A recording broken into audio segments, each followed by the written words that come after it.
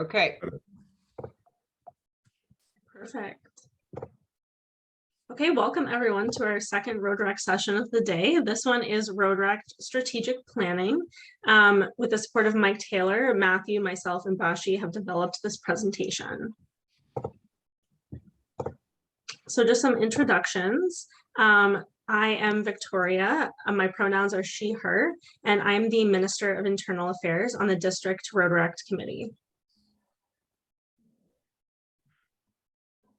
Hey everybody, my name is Matthew Falcone, Director of Strategic Planning and past District Rotaract representative.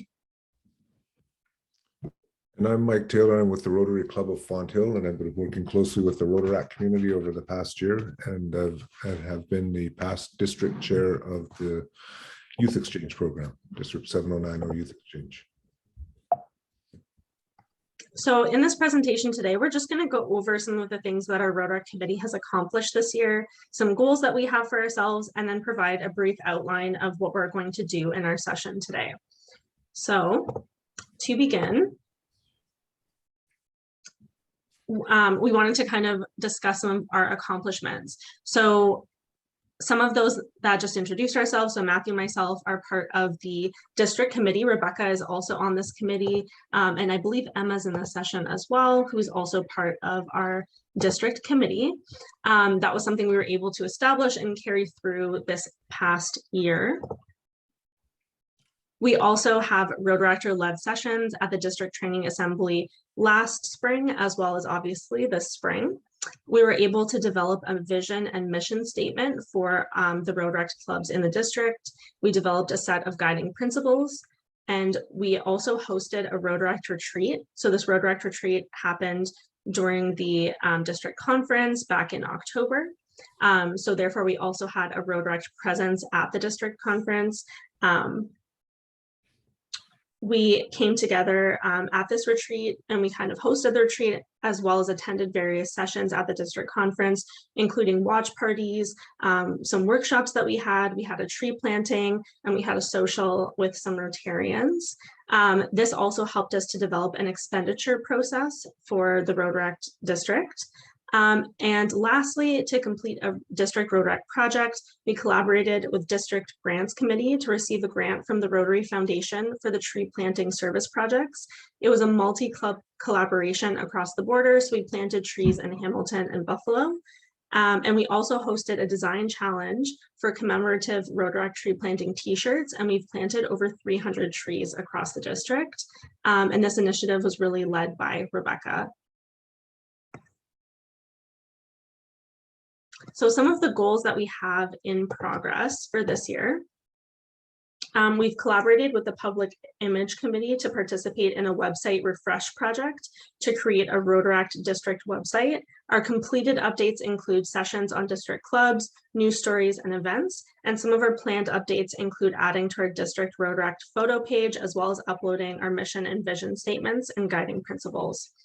We're hoping that the morning session DEI training will be the first installment of the DEI seminar series that we're hoping to host. So we do hope that we can kind of continue in on that training and have Rotaractors facilitate and lead some conversations about DEI for our district.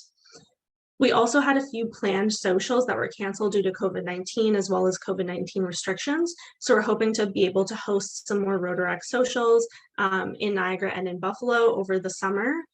And lastly, our goal is to develop a strategic plan for Rotaract next year. And that's something that you are all going to help us do today in this session. So that leads us into the plan for our session. So what we're going to do is we're going to have a discussion led by our facilitator, Matthew. And what we're going to do is we're going to split off into some breakout rooms, or we can just stay in the main room. That's going to depend on what Matthew thinks is best. And we will have, 10 minutes per objective to share our experiences, ideas, and feedback. And at the end of the session, we're going to have a bit of a debrief. So this will be an opportunity to ask questions, share opportunities, and as well as kind of bring together our discussion. So I wanted to share a little bit of a preview of the objectives that we're going to be discussing, and Matthew will kind of flesh these out a little bit more as we go into our discussion on each. So the objectives we've chosen today are 1, revitalization and recovery post-COVID, 2, engagement and investment, and 3, communications and relationship building. We wanted to also provide a few guidelines for participation before we jump into these breakout rooms. So first, we ask that everybody uses the hand raise function. This is just to kind of circumvent not speaking over one another in the session, and to ensure that everybody has a fair and equal opportunity to share their ideas. We also ask that everybody speaks from experiences, whatever that level of experience might be. So whether this is your very first time participating in anything Rotaract, which I don't think it is for anybody here, but just in case, or if you're a seasoned Rotaract member, your contributions don't have to be specific to Rotaract or the Rotary context, or they can be, based on experiences you've had in other organizations or jobs. We welcome anything, and we're just really curious and interested to hear what you have to say and what your thoughts are that can really help us contribute to the strategic plan for next year. And we're also really interested in hearing from our Rotaractors. So if you are a Rotaractor, please, we want to hear your voice, so speak up as much as you feel comfortable. All right, with that, I will hand it over to Matthew to get us started. Cool. Thanks, Victoria. So I think, unless anyone has any strong feelings, I think we could stay in this group. I don't think it's wildly huge or anything like that. I think I know almost everybody here. Do you want to do a quick round of introduction? Who, what club you're from, and what you're interested in, or what experience you have in Rotaract, or however you want to do that. Emma, you want to start?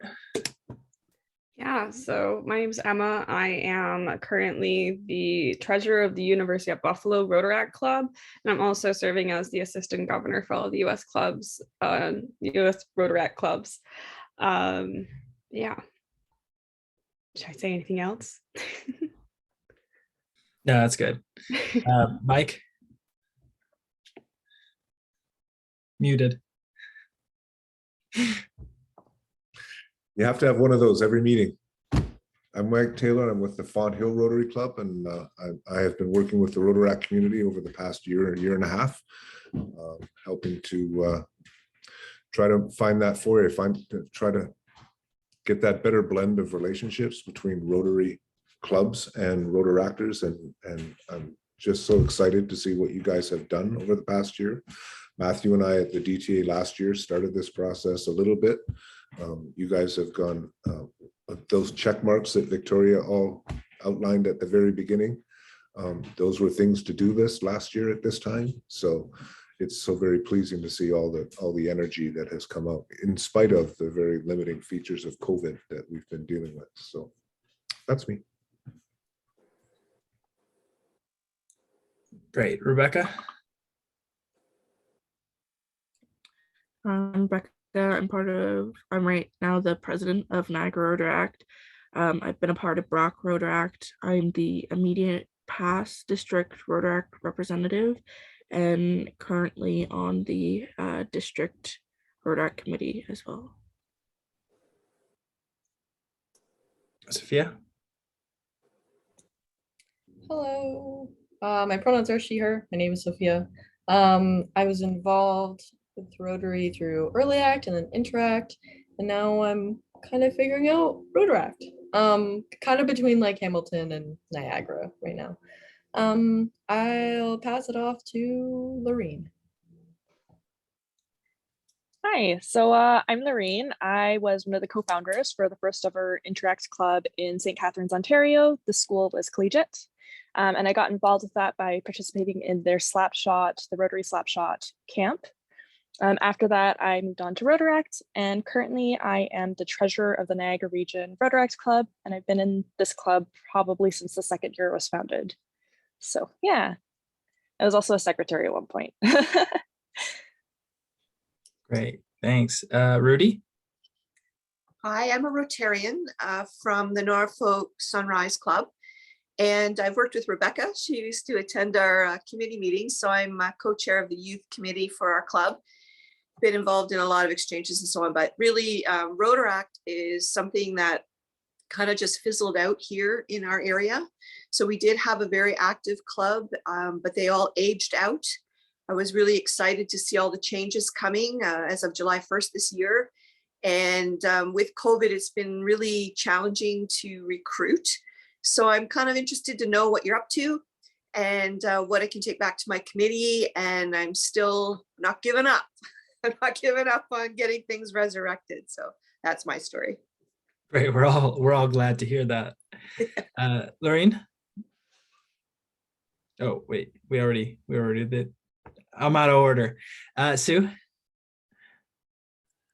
Hello, everybody. I'm Susan Zerny. Sue is, you can refer to me as Sue, Susan, Susie. I am the district trainer for Rotary 7090, and I'm happy to be hosting this session. Looking forward to what you guys are going to accomplish and your plans for next year. So thank you. Cool. And Ronnie?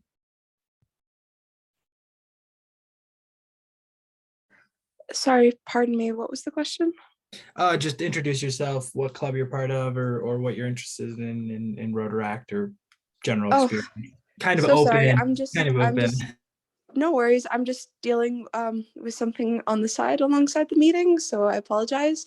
My name is Ronnie. I go by she, they. I'm part of the Niagara Rotaract meeting, and I'm excited to be kind of listening in. I'm just dealing with something COVID related, so apologies. Oh, sorry to hear that, but no worries. Okay, so generally to give a quick history of where we've been the past 5-ish years or so. So a while ago, we had kind of just dispersed Rotaract clubs. We didn't really have much of a structure. And a couple of years back, we started properly setting up a DRR, District Rotaract Representative chain, and have since built out this committee. So, a couple of years ago, we didn't even know where the Rotaract clubs were located around the district, and that caused obviously issues with, doing anything together for starters. But we didn't really have any representation at the district level or any real form of organization. So we've come a long way from then. We've had now 4 years, I think, 3 or 4 years of district Rotaract representatives. And now this past year, we formed the committee. Moving into next year, we're currently under elections for those new positions. So last year, we went through, at this time, we went through a visioning exercise. So we developed a vision statement, mission statement, and guiding principles for our community. So we did that. For those of you, I know many of you were there or were involved at some point or another, but for those who don't know, we pulled together a bunch of Rotaractors, had a closed door session, and built out kind of like, just through discussion, built out like what do we believe in? What is our purpose? What are we kind of striving for within the Rotaract community? Of course, we're part of Rotary. We're aligned with everything that Rotary is and does, but there's something special about the Rotaract community, and we wanted to articulate it properly so that we could really stand behind that statement. So now, having that been done, and we spent some time, several people went into a writing workshop after that, and then Victoria took it home with finalizing the statements. We've got this vision statement that represents us. Victoria, do you want to pop in really quick and just read that off? Yeah, sure. So I've shared them in the chat for folks who do not have a copy of them. So our vision statement is foster a community of engaged and empowered young people to apply their unique skill sets to support the needs of our local and global communities. Our mission statement is to link networks and resources to like-minded young adults seeking to make meaningful impact in their local and global communities, centering values of inclusivity, social responsibility, civic engagement, and collaboration between clubs. And then just at the end of that message, you can see our guiding principles. Cool. Many thanks. So now, carrying that forward, this year we're moving into strategic planning. So today we want to talk about these 3 objectives: revitalization and recovery post-COVID. Sort of, not really post, but in this world after the after these changes. Engagement and investment in Rotaract. So in other words, recruitment and retention. And third, communications and relationship building. So, among the chief challenges that we even noticed on the committee, and I think most Rotaract clubs would feel this as well. We tend to have this great community when we come together, and then, but then with communication issues and other type things, we kind of fizzle out from time to time. So, really that's one of these big things. How do we pull people together into this community and strengthen the bonds between members of the community, that's individual members and clubs themselves, to really strengthen what we do and have more smooth transitions and consistency. So with that, are there any questions before we really actually jump into it? Cool. All right, so the first one, and I'm just going to kind of throw this out there. What first objective, revitalization and recovery post-COVID. So, when COVID hit, a lot of clubs went in, well, a lot of us went into lockdown, more so on the Canadian side than the US side. And a lot of clubs stagnated by no fault of their own, and some flourished in the era of COVID and some did not. Does anyone want to start with just throwing something out there on how we can come back from, what personal needs or what clubs needs are, or community level, as we kind of sort of come out of this COVID world? What needs do we have, or what challenges are we experiencing, or what, how can we do better coming out of that now that lockdowns are ending and mandates are ending and so on and so forth? Rebecca? I know a challenge that our club has had is membership. Finding members and getting members engaged online has been very hard. And as like a president, I find meeting online very hard, and like having meetings that are engaging to participate, to our members. So I know that our club is like kind of struggling with that. We've come a long way, but our club pretty much went under during COVID. And so we're really building up from a very base level. Mm-hmm. Yeah, can you kind of expand on that, Rebecca? Like what, so I think your club is in a similar boat as a lot of other clubs, where the structure is still there, but the members have kind of faded or lost that social connection. Is there something specific that we could be doing in the next year, or toss an idea out or whatever on like, how can we actually move this forward? Yeah, one thing that we're trying is, I know on the list was like socials.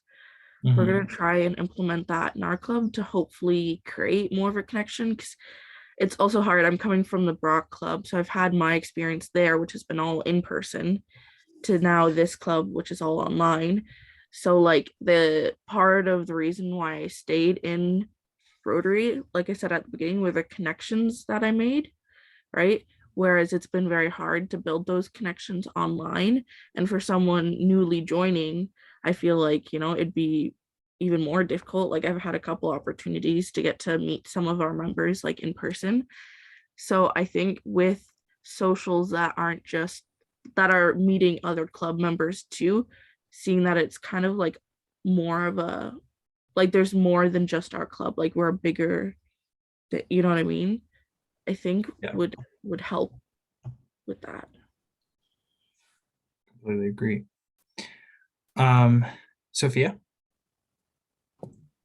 I'm not sure if Rebecca was referring to like social media or like social like gatherings.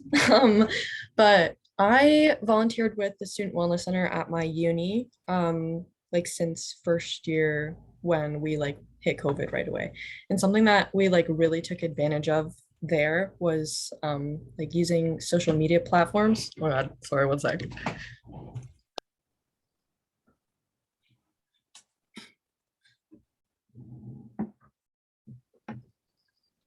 Sorry. um okay, we really took advantage of like using social medias. We got on like TikTok, which we'd never really done before, but obviously it got huge during COVID.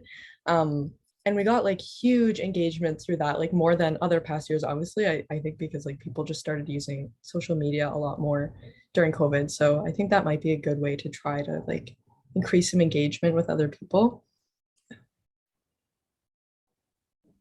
Cool, thanks. Anyone else have follow-up comments, questions on that one before? Yeah, go Yeah. ahead. Emma. I totally agree with Sophia. I know that my club is probably one of the few clubs that like actually expanded and kind of thrived during COVID. And a huge part of that was social media. I think that everyone was like, cooped up in their houses and they were just desperate for human interaction, and just advertising all of our meetings and making it seem really welcoming and inviting via social media was really key to, creating a place where people wanted to come and visit. And then also, obviously during COVID, we had to accommodate for people's levels of comfortability. And so we always like had lots of virtual meetings, and we had events, it would usually be outdoors, mandatory masking. And like even still, I think that you still have to kind of account for people's comfortability levels in relation to the pandemic. And that's something that we still struggle with at our club, because obviously my university is totally in person and it's totally unmasked. And so, you have to be willing to have people come visit virtually or have them just attend events where masks are mandated. And so you're balancing a whole other, level of things in addition to just managing a club. You have to also like balance the people who are totally hyper COVID conscious and the people who we don't have any anti-maskers in our club, but there's people that prefer not to wear a mask. And then I think that, coming back from COVID was a really great time to also expand the club, just because, again, people were so desperate for human interaction after being shut in their houses for 2 years. And so having those in-person meetings really does feel vital to me. And we have like an unofficial buddy system that we have at our club where veteran members have to talk with new members. And that's been really good for retention. Like first 10 minutes of the meeting, everyone go chat with a new member and just like make them feel welcome, like unofficially, not in like a weird way, but yeah. So COVID's really helped us like be conscious of those items. Yeah, you raise a good point there on like that you kind of talked, I think, about like individual needs there within the context of club needs, right? And like what besides the buddy system kind of thing, which I think it would be a great thing for us to incorporate across the board. What types of things do you feel coming from your members that like, what do they need? Is it just social interaction and we're providing that through Rotaract, or is there something associated directly with service that like coming out of the pandemic we're like, man, we like our communities collapsed, like we need to take care of each other? Is there a need that you're like observing and tapping into, or is it really truly just people need social interaction and the people who want to do service are flocking? I really think that it's a mix. I think that there are a lot of people. I think that our club is a good place on our campus of 32,000 people to create like a small little family-like community, because that's what it really is. I mean, there's only like 30 or 40 of us, and we all really know each other pretty well. But in addition, I think that a lot of people are drawn to Rotaract because of all the various leadership positions that we have available. At my club, we have both e-boards and we also have committees, so people can be involved in leadership and gain those leadership skills in those two ways. ways. And then obviously we're pushing people towards district committees and such as well.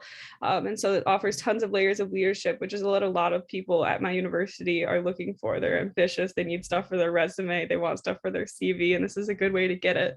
And so we've been trying to be better about advertising those opportunities, especially, you know, like you could manage funds. This is good networking, like these kind of items that people don't generally think about when they think about joining a college club. But definitely service, obviously, that's the number one draw. I think that's what gets people in the door, is their interest in service. And I think those other components is what helps them stay. Awesome. Cool. Thanks for that wisdom. I think Lorraine got a question. Sorry. Yep. More so kind of like an ask to the group in general. So those of you that are really like saying you've been really active on social media, how would you go about that if you're in a club where you don't have like a social media specialist, or you don't have one person that can do all the social media for you? How would you go about that? I mean, I don't want to be the one to keep talking all the time, but originally my club did not have a PR person, and it was just me. I was the treasurer and the president co-running our Instagram account. We were trying to make posts at least weekly, but usually we would just sit down for like an hour one day and just prep like 18 posters for the rest of the semester. And then all we would have to do was just post them like throughout the semester. So there was not as much planning. And then all you have to do is just remember to take a few pictures. And at every single meeting, we're like, guys, if you ever wear Rotaract merch, just send a picture of the Rotaract merch.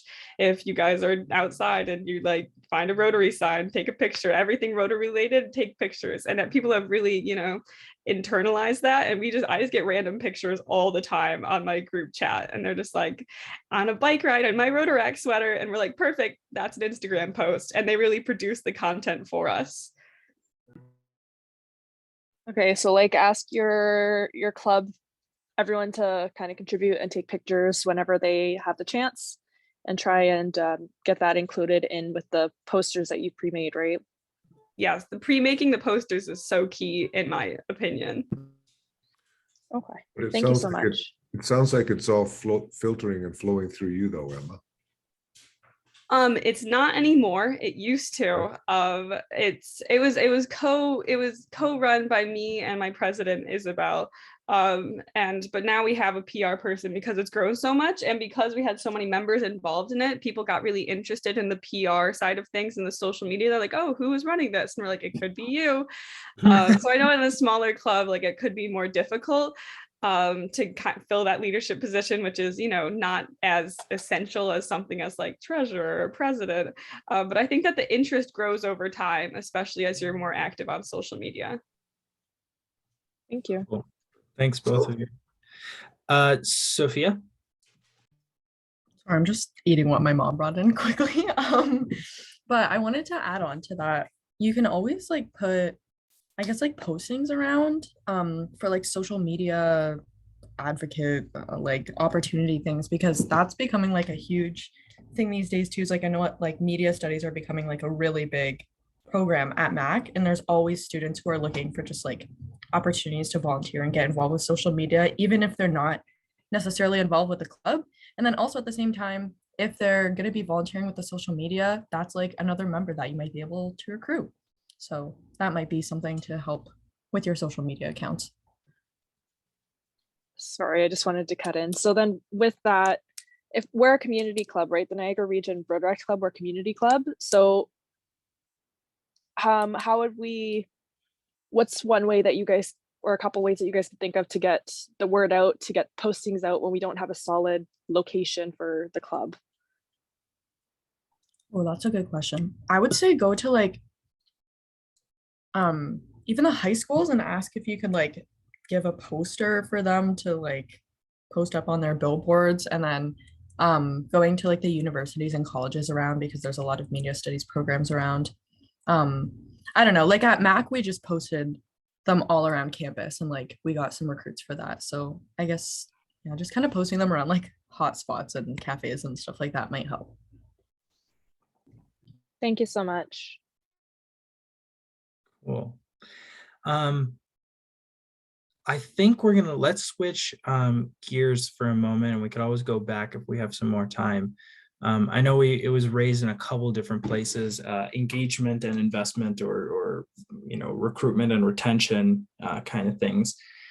We definitely took a hit during the lockdowns, which is, shouldn't be unexpected. And now, it sounds like universities are going back on in person, and there's opportunity to grow. So I think this year we're going to have, if we invest time into it, I think we could really have a lot of growth. So to start this conversation, I want to know, whoever feels comfortable, as many people as possible, what attracted you to become involved in Rotaract in the first place? And that's from either as Rotaractors or anyone that supports Rotaract. What made you want to, support that, support this community?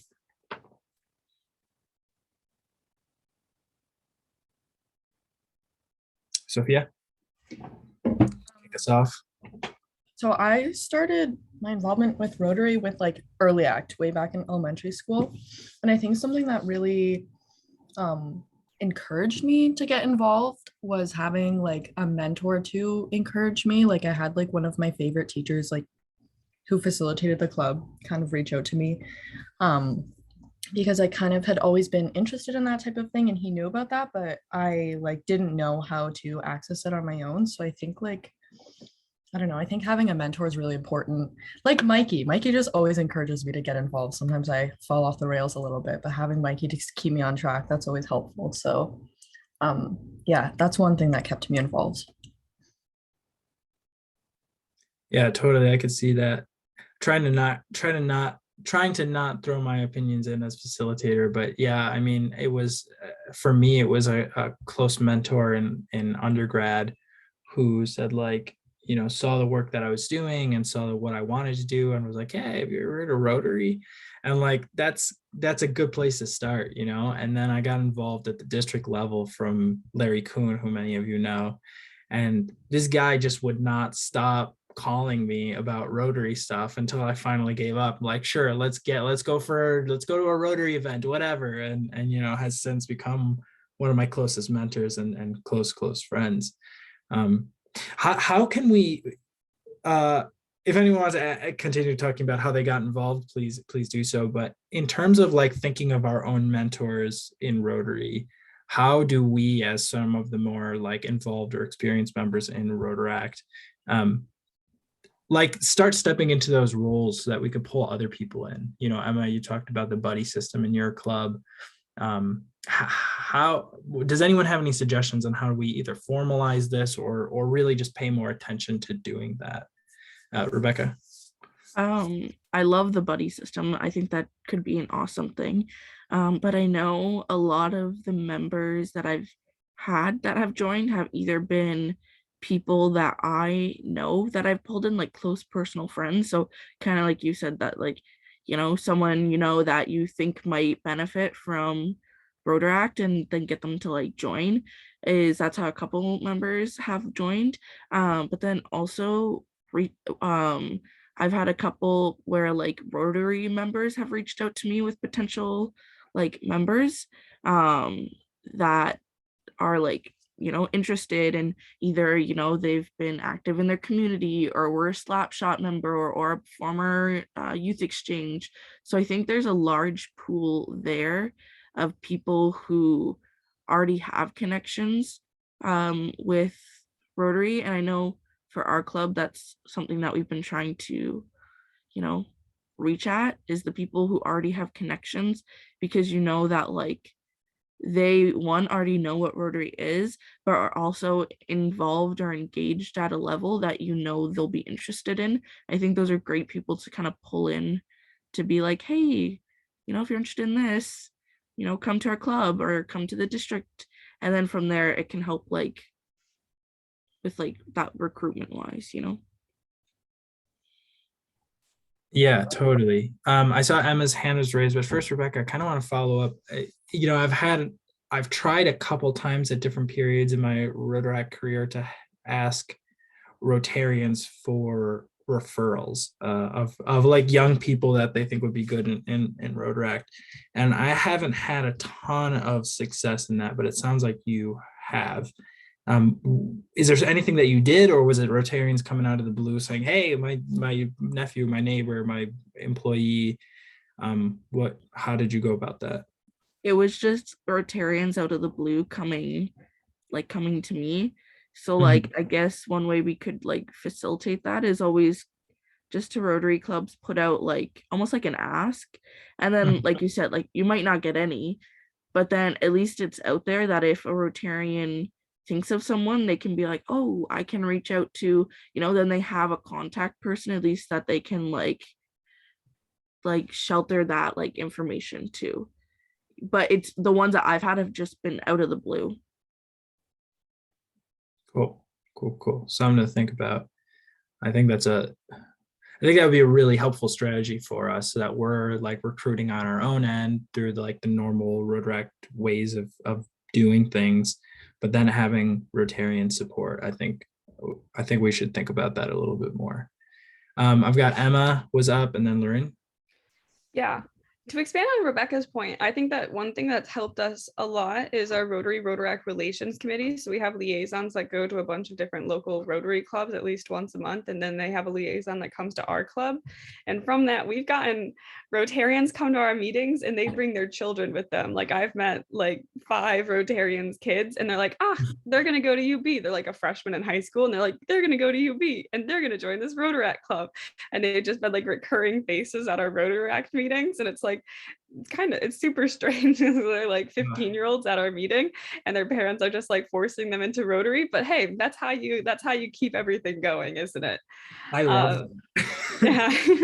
So I think overall, like I already talked about our buddy system, pulling people aside for 10 minutes, explaining what Rotary is to them, explaining how it fits their personal needs, getting to know them one-on-one, and like getting them signed up for all the email lists and all of the group chats and stuff. You can't leave that once you're in it. Once you're on our email list, like you're not getting taken off. You have to be, a part of this forever.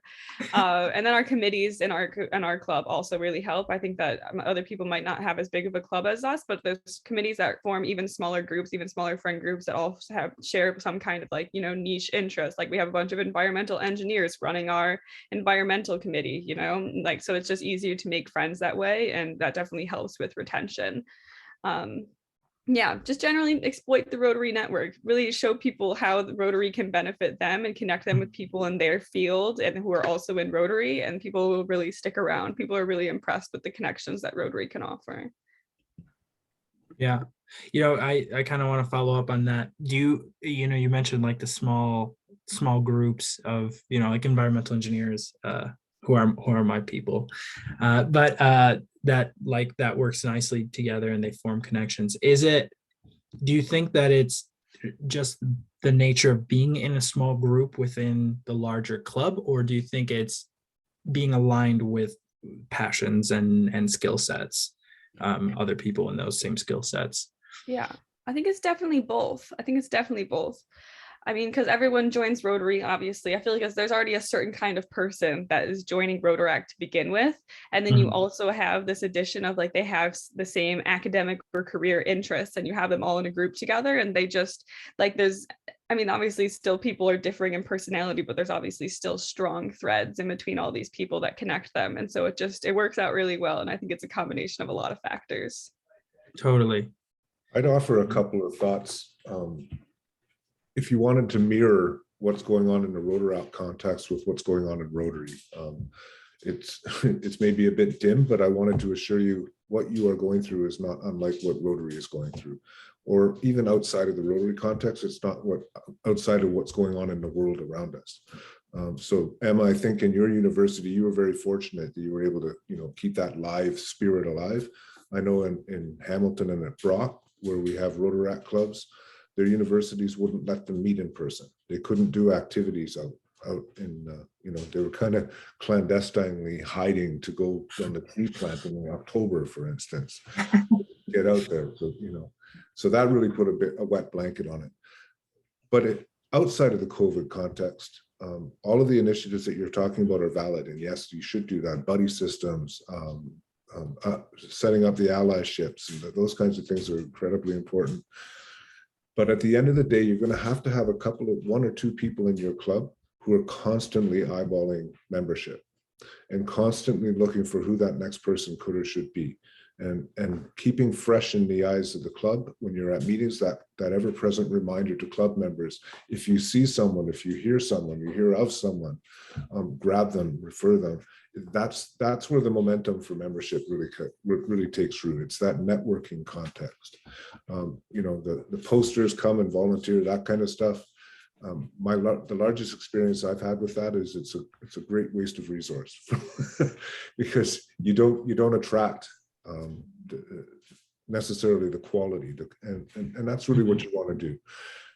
You will always get members who want to attend because they want to meet, or they want to be a part of a group, and then you will get a lot of members who don't want to just sit and meet. They want to do things. They want to be out and contributing in service projects and those kinds of things. So cultivating who you want your club to be and defining it that way is going to be incredibly important too.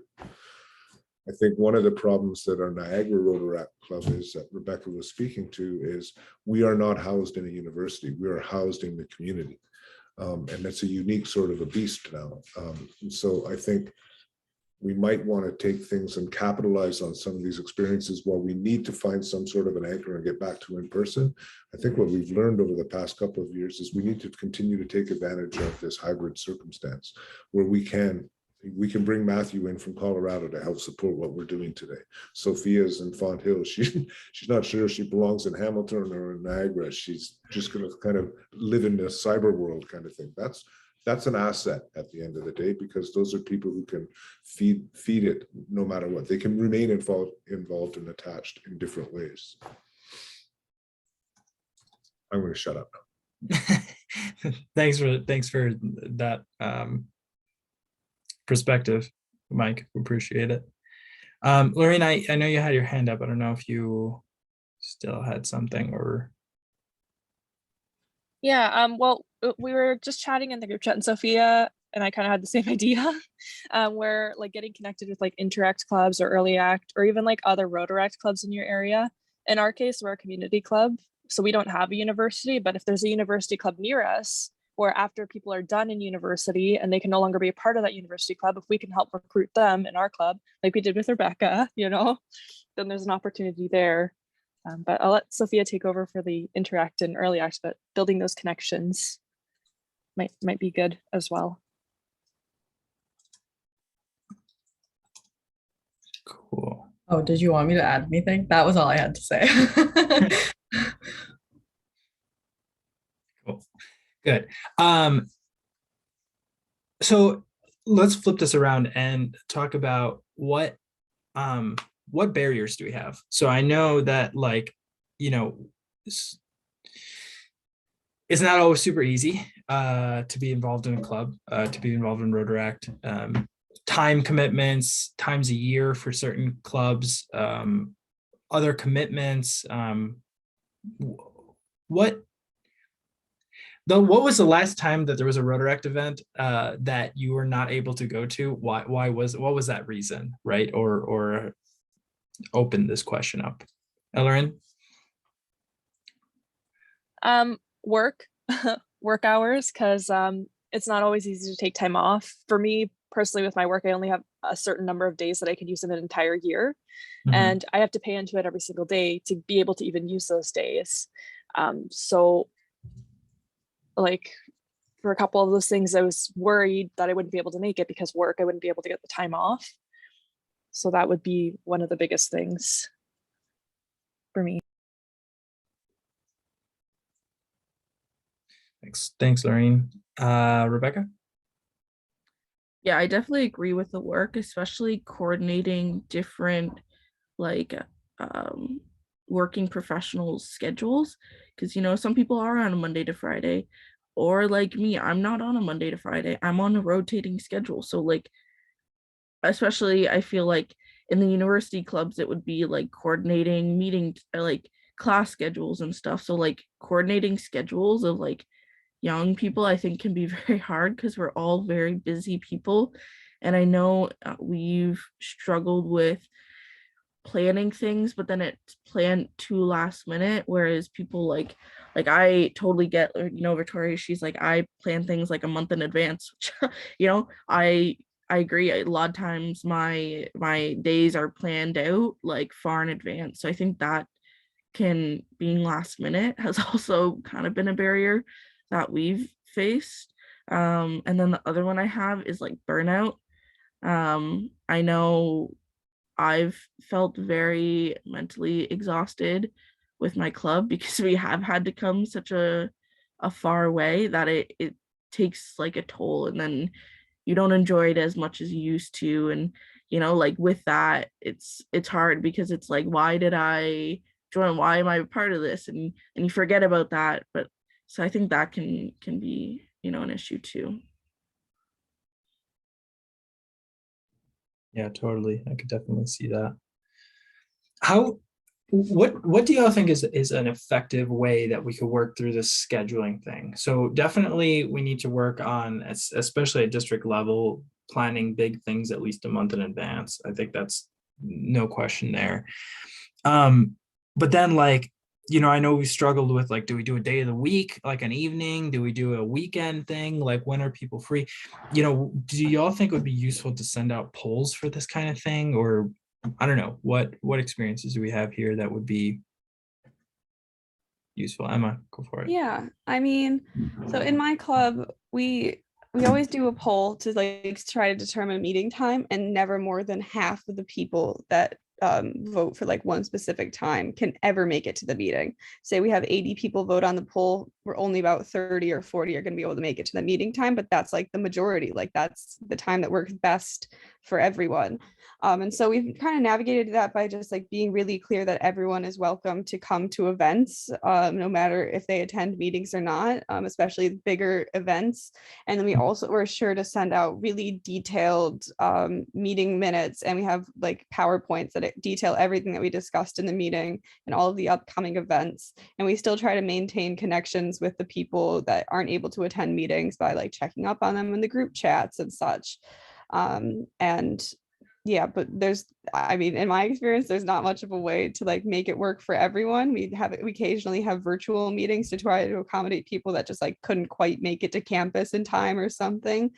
But generally, it's kind of futile. It's just you got to rely on the people to stay involved via the means that you give them, which is for us, those detailed reports and the events outside of the club meetings.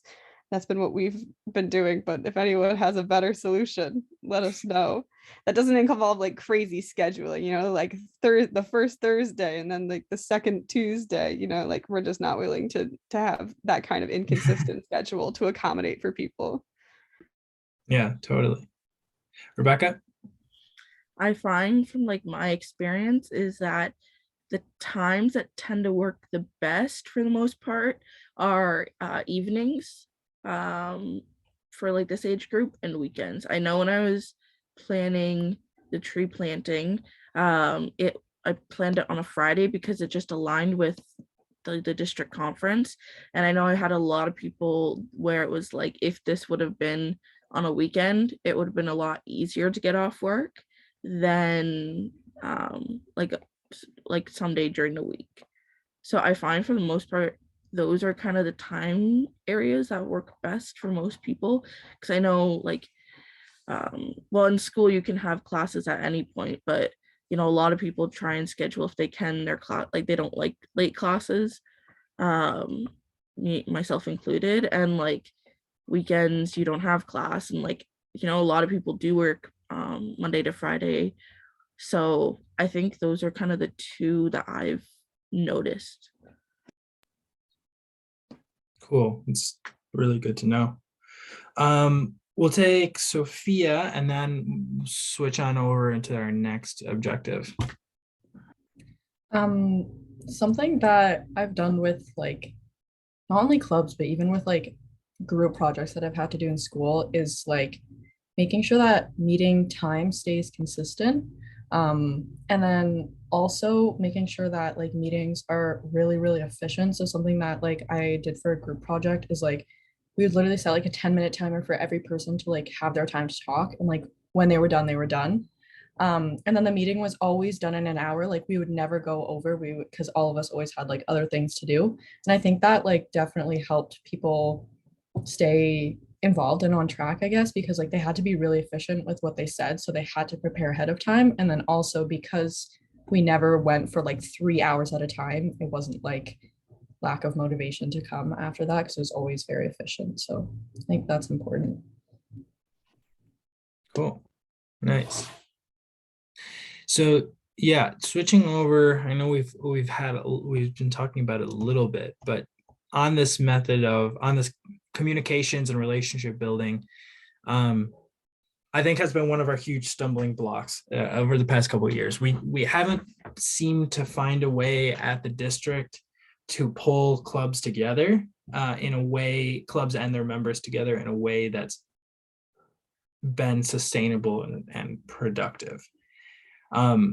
So let's start with positive functional experiences. What methods of communication do your clubs use?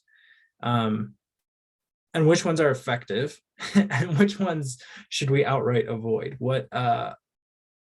What's everyone's experiences here? Rebecca.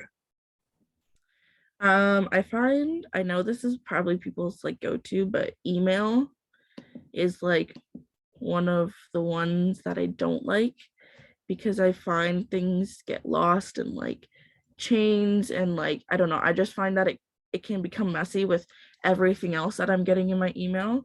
But I found our district committee uses Slack, which I find very effective, because we can have like different channels. So like we have our, district committee as one channel. And then if you have like, I know when I was doing the tree planting, we had that as like a different channel where like you can communicate. So not the whole group has to see all of our communications about like the planning process.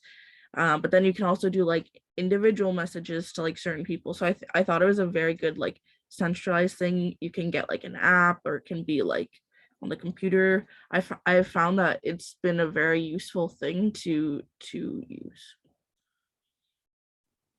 Yeah, again, I'm trying not to add my opinions in, but email is my least favorite form of human communication, and Slack is one of my favorite ones. So I follow you there. I see Sophia and then Lorraine. Yeah, I definitely agree. One of the clubs that I was on, like for school, used like Microsoft Teams, which is basically like Slack. Also, we had like an Instagram group chat that we made as like an informal chat to like just send, I don't know, like pictures of dogs and stuff. So it was nice to have that, because like it made us closer in the beginning. Because like you can't really communicate that in like, even though Teams and Slack is like a little bit less formal, it's still kind of used for like, I don't know, just like meeting stuff. So we wanted to have like an informal way of communicating with people to like connect others, I guess. Yeah. Totally. Follow up there. What platform did you use for your informal chat? Yeah, we when I was in first year, we used like Facebook Messenger, and then this past year we used just Instagram. Depends on what like your club members have, I guess. Right on. Sweet. Lorraine? Yeah, so I apologize in advance. Personally, for me, I like email, but I have two different emails. So I have an email that's for personal stuff, and then I have an email that's for work and Rotary related stuff. So I have them separate. I check both of them. I have them both logged in on my phone, but I like to get emails on my work/Rotary one, because then I can just search up Rotary in it real quick, get all the messages from it, and then I just look for what everyone has the attachment if I need it. So for me personally, anyways, I like using like Gmail in particular, because then you can also do all the Word docs and everything from there, and you can share it with people. But social media is another good form as well. Slack, personally for me, I found it a little bit hard for me to use because I've never used it before, but it probably is a good one, depending on like if you know how to use it or not. So I think it's good. It's just a matter of learning how to use it. So that's probably a me thing, but yeah. So I don't know if that helped. Yeah, I just thinking on that note, I went to another club meeting outside of Rotary, and they use Slack, and in their like introductory meeting of the semester, they had like a whole section of the meeting dedicated to like rules of engagement on the Slack, like which channel to use and why. And they're like, hey, we're not trying to be like, super like picky about how you like police how you like send a message, but like this is the way that we found is like functional. It's like a couple 100-person club at the university, so it's like we kind of need like some system, and like this seems to work. Do y'all think that that would be useful if we had like a Rotaract webinar kind of thing just for folks in our district, and go through, hey, this is what the Slack is for, this is how we use it, this is all of our socials, thumbs up, thumbs down? Yeah. I think that would work. It's a proven and effective method that's been used in a number of different contexts. I think the only thing I would add to it is I think the relationships between the Rotaract clubs is where you need to start. What is the family all about? Like, if you're spread out all over here, but you're never interacting and you're never synthesizing, then you're not helping each other. You're standalone. What Rebecca, I'm completely sensitive to what Rebecca's going through. Coming into the club, she was really excited, and then COVID just smothered us for a year and left us in this context. So when one club is really down in the dumps for a little bit, and someone like Emma's club is booming, how do we share that energy so that one club can be inspired by the other and lift them back up? And it's sort of, Matt, you, me, and Victoria talked a lot about this kind of stuff. Those, I think, are the underpinnings that connect, that build that connectivity. And then the systems that you're talking about really help to share the information and to really solidify and cement that context. Yeah, totally. I'm thinking on that note, like, yeah, not to get too technical into what specific platform we use or whatever, but yeah, on that note, how do we share? What are some good like strategies or ideas to share meaningful stories or successes, or build up those relationships with each other? I guess to some degree, it doesn't really matter what platform we use as long as we start sharing that. Lorraine, I see you have your hand raised. Yeah, just to touch on that, I just wanted a little bit of clarification, Mike. So like, you mean like having like a social or some kind of a thing, a get together where we're connecting with other Rotaract clubs in the district? Is that what you mean? It could be anything you could imagine. It could be once every 3 months, we agree that we're going to share a Rotaract district meeting. All clubs are going to participate, and we're going to structure it in some way that we get to share exciting news and stories and events. Or it could be we're going to do like you guys did last October with the tree planting and the planning session that you did there. All of it can sort of help prop it back up. You can't do it all by yourself. No one club is going to be it. And it should never be a competitive thing. It should be a collaborative and mutually supportive thing, because Rotary is the brand globally, period. So we're all in the same kind of boat. I mean, I chuckled a little bit.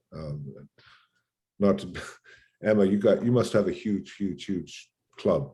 And when I looked at the registrations for the training, that's why I threw you that quick joke when we were wrapping up in the EDI session. I saw 4 people from Buffalo University Rotaract, and none of them had subscribed to this session. And I'm like, well, that's kind of what we need to build. I mean, if Rotaractors aren't communing with themselves and trying to build that infrastructure, then it's really going to, you guys are doing some fantastic work and heavy lifting. We need to partner out with each other.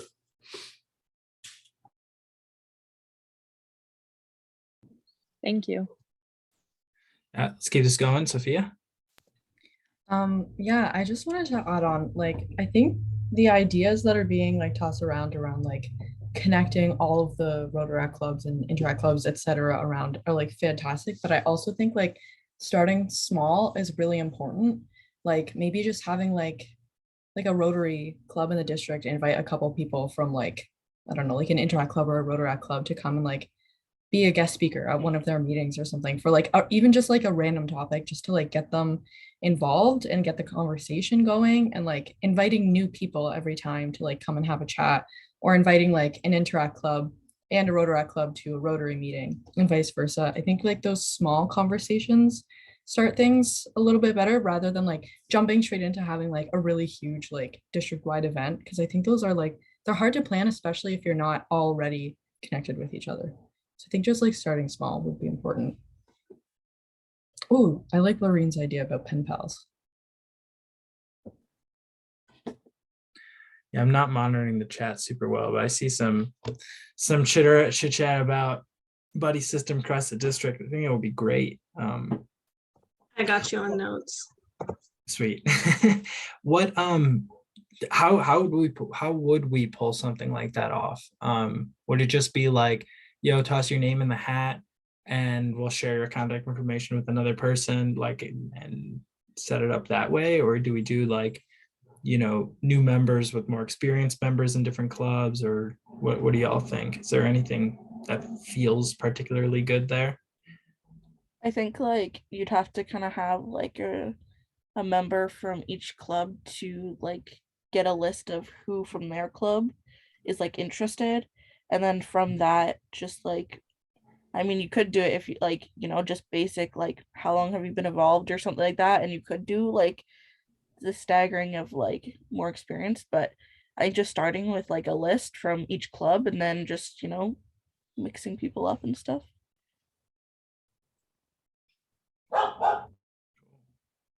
Cool. Definitely ideas to think about. Victoria, how are we doing with time? We're right on schedule. We can wrap up now, and then we've got 10 minutes to finish our session. All right. Okay, so before we kind of start pulling stuff together,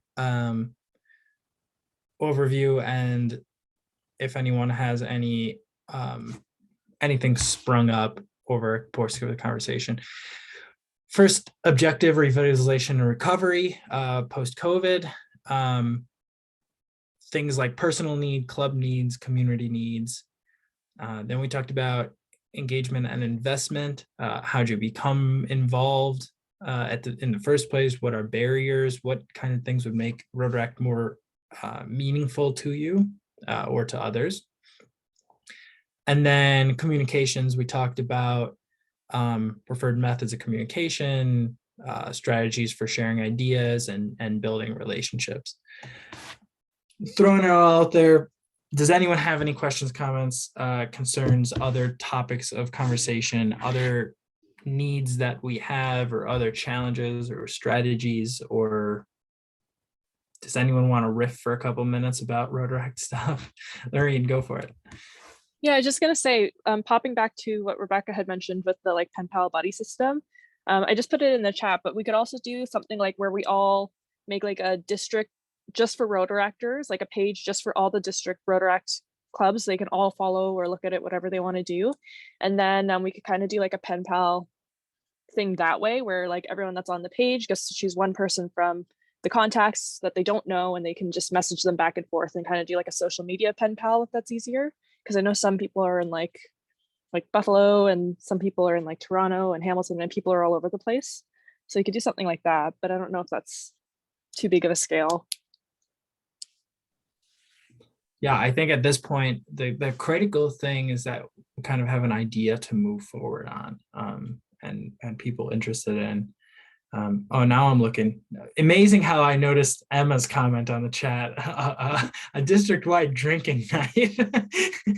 You know, it could be virtual. We could choose a bar. Everyone socializes. Everyone brings some business cards. Everyone, you know, chat after. I'm down for it all the time. Cool. Anything else? Any other ideas or random things that we missed? I like the drinking night. I think that'd be a lot of fun. And we could even do some drinking games if y'all want. Some like beer pong, something like that. I don't know, whatever you guys want to do. Sorry, Rebecca.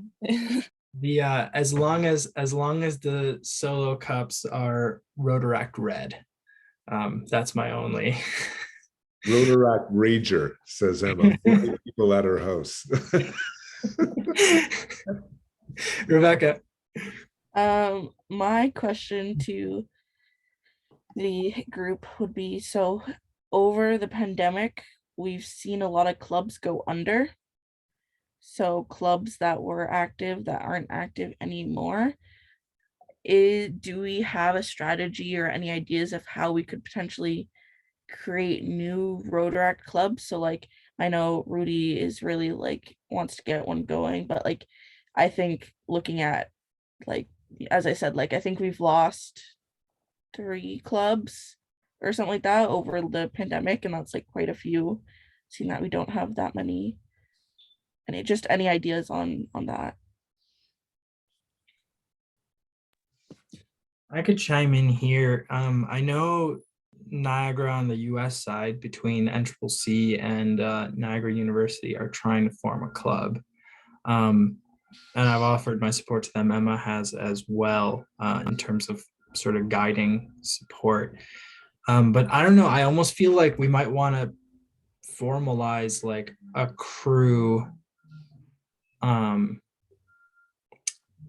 sort of like a guiding committee, a steering committee for this kind of thing. I guess, you know, Rudy or somebody else who's considering starting a new club, what needs are there? Like, I don't know. When I started the UB club 6 years ago or whatever, I had no freaking clue what I was doing. And I kind of just stumbled forward until the club almost collapsed 3 times. And now it's doing great. Like, I don't really know what thing worked and what didn't. I can give a lot of examples of things that went well and things that went poorly, but I don't know, would it be useful to have a committee or like a group, like a guiding group on this kind of thing? Anyone thoughts? I think whether you're talking about it at a district level or at a local club level, first you're going to you need your champion. You need the lightning rod, like you were, I guess, Matt, at Buffalo, like Laureen and a bunch of others were in Niagara. But you need it at a district level too, and you need, and you guys are very good representatives of that. But then it's not enough. Once you have those people in place, then you have to kind of synthesize that together to make it. It's what you were saying earlier. What is the purpose and what's the intent? So if there's a core of people across the district representing all of the clubs, that forms that nucleus and the overarching, it's kind of like what happens in District 7090. We have a district committee that is the umbrella organization over all of the unique clubs. And there are some clubs who do a great job working collaboratively across the district, interactively with others. And there are some clubs who are just that they sit out there and they do their thing because that's what they are. We'll never get around that. That's always going to be the case. But the biggest thing I would suggest that you start thinking about is you put it in the context of succession planning. So in my own employment, I'm not the be all end all. Everything that I do in setting up the way I run my organization is to make sure that if I got hit by a car tomorrow, that organization can still function and run. So you have to be able to distill that down. And I really fear, from what I'm hearing and seeing, not just today, but over the past year, in the Rotaract context, is that apathy is starting to set in, and the possibilities of succession are diminishing. So growing the collaborative spirit. That's why I keep coming back to that. We got to take a tall glass of water out of the UB club right now, because they're really there. They've got the energy to burn. So let's burn it into some of the other clubs. So whatever you could do to find those, whether it is a rager at her house or or whether it's putting a Zoom meeting together and having a drinking party in your own home with one another on a screen. And starting that collaboration and those discussions is going to start building that energy back up. Yeah, definitely. Lorraine, and then I think we're gonna try to wrap this one up. Yeah, I was just gonna add on to what Mike said. It's good to start new clubs, but we also have to find a way to maintain the clubs we already have. Because like Rebecca and everyone else here seems to be like portraying, burnout's a really big issue. And I know some clubs are like really excited, they have a lot of energy right now. So if we can find a way that we can all help each other with our clubs that we already have. And then once we've solved and settled ourselves, we can start with helping new people to create new clubs.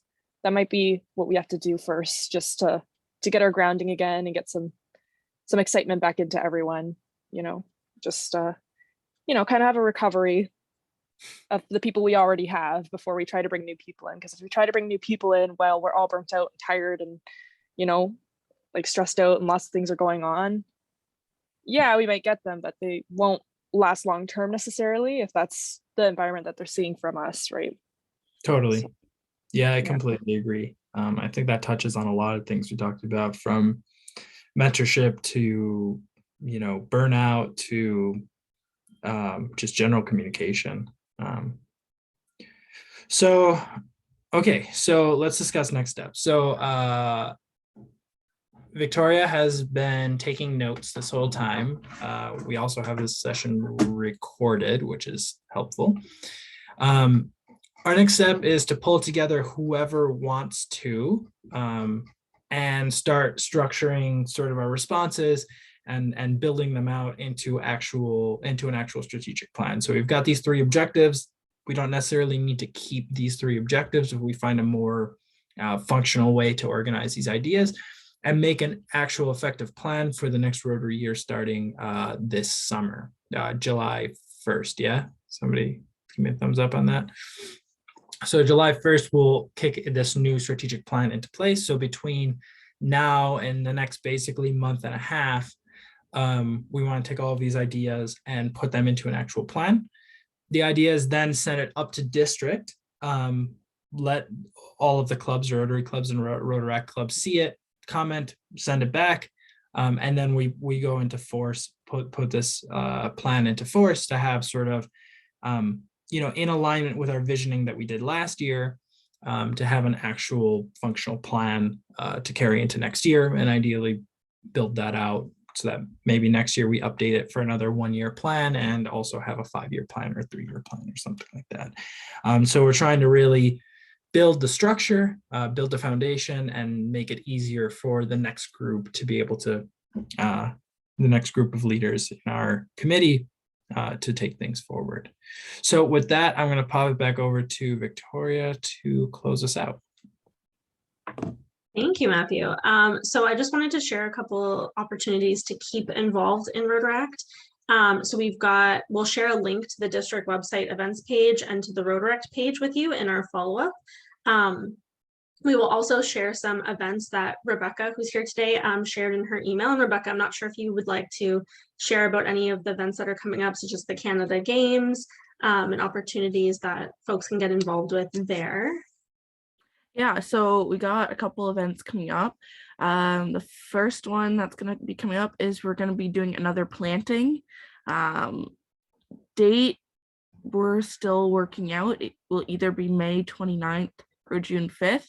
We're hoping for more June 5th. We'll be planting pollinators at the same place that we planted the trees back in the fall.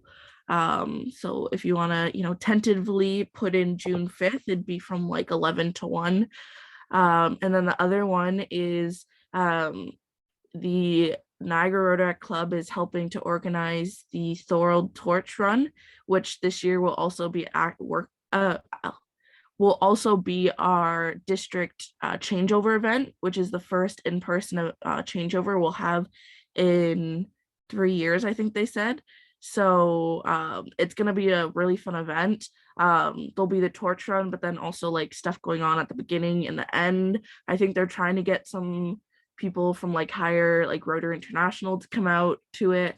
So overall, it will just be, I think, a great event. Our club is volunteering at it, but as I said, there's still going to be like an awesome event just to come out and see the district changeover and get to meet some other people from Rotary and Rotaract. So I think those are the 2 main ones coming up. Thank you, Rebecca, for sharing, and we will make sure to include those as well in our follow-up email. And the last opportunity that we just wanted to highlight, which is another kind of purpose of the session, is really just establishing some meaningful connections between local Rotaract and sponsoring Rotary clubs. And lastly, we've got a contact us page. So if you'd like to contact the district Rotaract committee, you can reach us at this Gmail account. And you can also follow us on Instagram and Facebook. And we've included the names of the social media accounts there. So I will pass it back to Matthew to do our thank you. Thanks, everybody. Thanks, Victoria. Thanks, Mike.